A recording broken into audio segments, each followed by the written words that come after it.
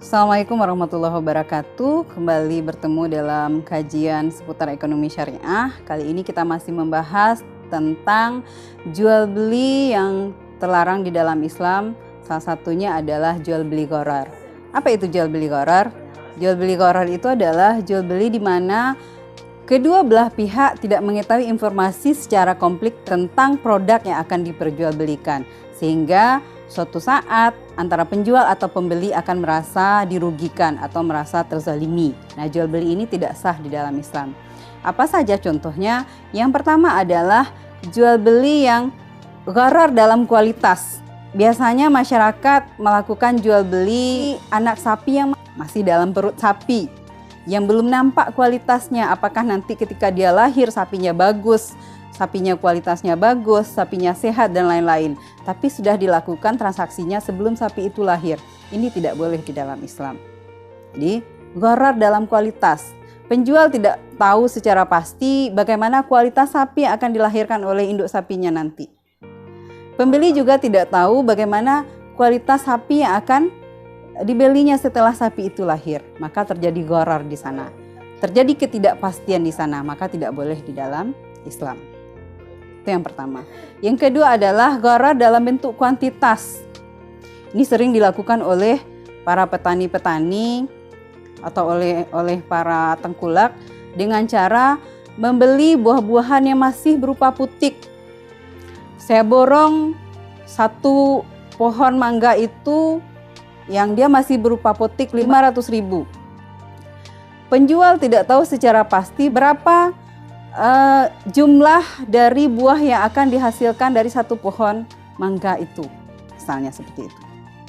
Pembeli juga tidak tahu apakah hasilnya nanti banyak ketika panen atau sedikit, tapi transaksinya sudah dilakukan.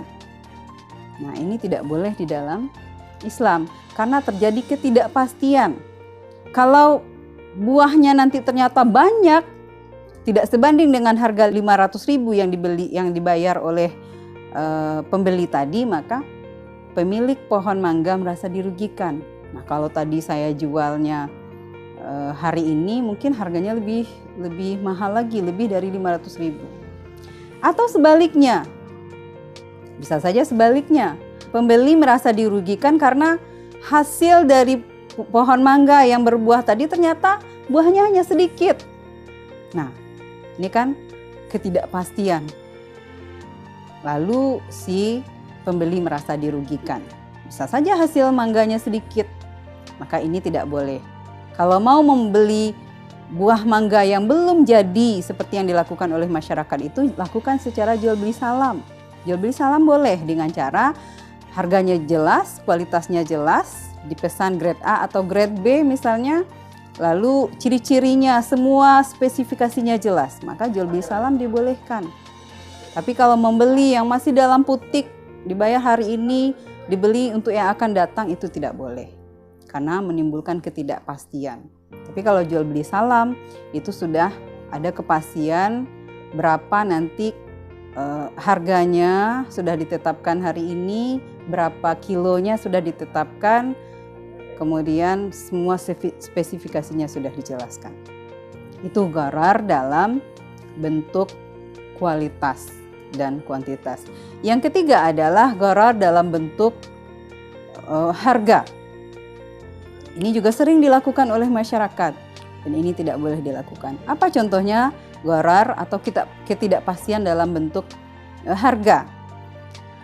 Biasanya ibu-ibu menjual dagangannya, menawarkan ke rumah-rumah dengan cara ada yang belinya secara cash, ada beli secara kredit. Beli baju misalnya, lalu oleh si penjual dikatakan ini harganya kalau bayar hari ini 100.000, tapi kalau 3 kali bayar 120.000. Menjadi gharar dia ketika si pembeli tidak memilih harga cash atau kredit. Nah, ini nggak boleh. Kecuali dia memilih, oke, saya pilih 3 kali bayar saja, maka harganya 100.000, bayarlah 120.000, bayarlah 3 kali bayar tadi. Itu boleh, dalam Islam itu dibolehkan. Membayar secara dicicil, 3 kali bayar, itu silahkan saja. Tapi yang tidak boleh adalah ketika si pembeli mengatakan bahwa oke, saya beli bajunya, Tapi tidak memilih apakah dia belinya cash atau kredit. Itu tidak boleh, akan menimbulkan gharar dalam bentuk harga. Yang keempat adalah gharar dalam bentuk waktu atau waktu penyerahan. Apa contohnya gharar dalam bentuk waktu penyerahan? Ada orang yang melakukan jual beli pada saat barangnya belum ada, atau pada saat itu barang yang akan diperjualbelikannya sedang tidak berada di tempat, mungkin hilang atau sedang dibawa orang lain. Maka jual beli ini tidak ada kepastian apakah barang yang akan dibeli itu ada ketika transaksi dilakukan. Menjual burung yang masih terbang di langit misalnya. Siapa yang bisa memastikan bahwa burungnya nanti bisa pulang? Ternyata burungnya nyasar kemana-mana atau ditembak orang lain. Lalu transaksi itu sudah dilakukan, maka menimbulkan ketidakpastian. Ini tidak boleh. Atau menjual handphone itu saat ini masih hilang. Nah, ini tidak boleh dilakukan, menjual sesuatu yang belum ada pada waktu ditransaksikan. Nah, ini bentuk-bentuk jual beli gharar atau jual beli yang tidak pasti sehingga menimbulkan kerugian salah satu pihak. Mudah-mudahan ini tidak dilakukan dalam jual beli atau aktivitas kita sehari-hari, dan kita melakukan mencari rezeki itu dengan mencari keberkahan dari Allah. Demikian saja, terima kasih. Assalamualaikum warahmatullahi wabarakatuh.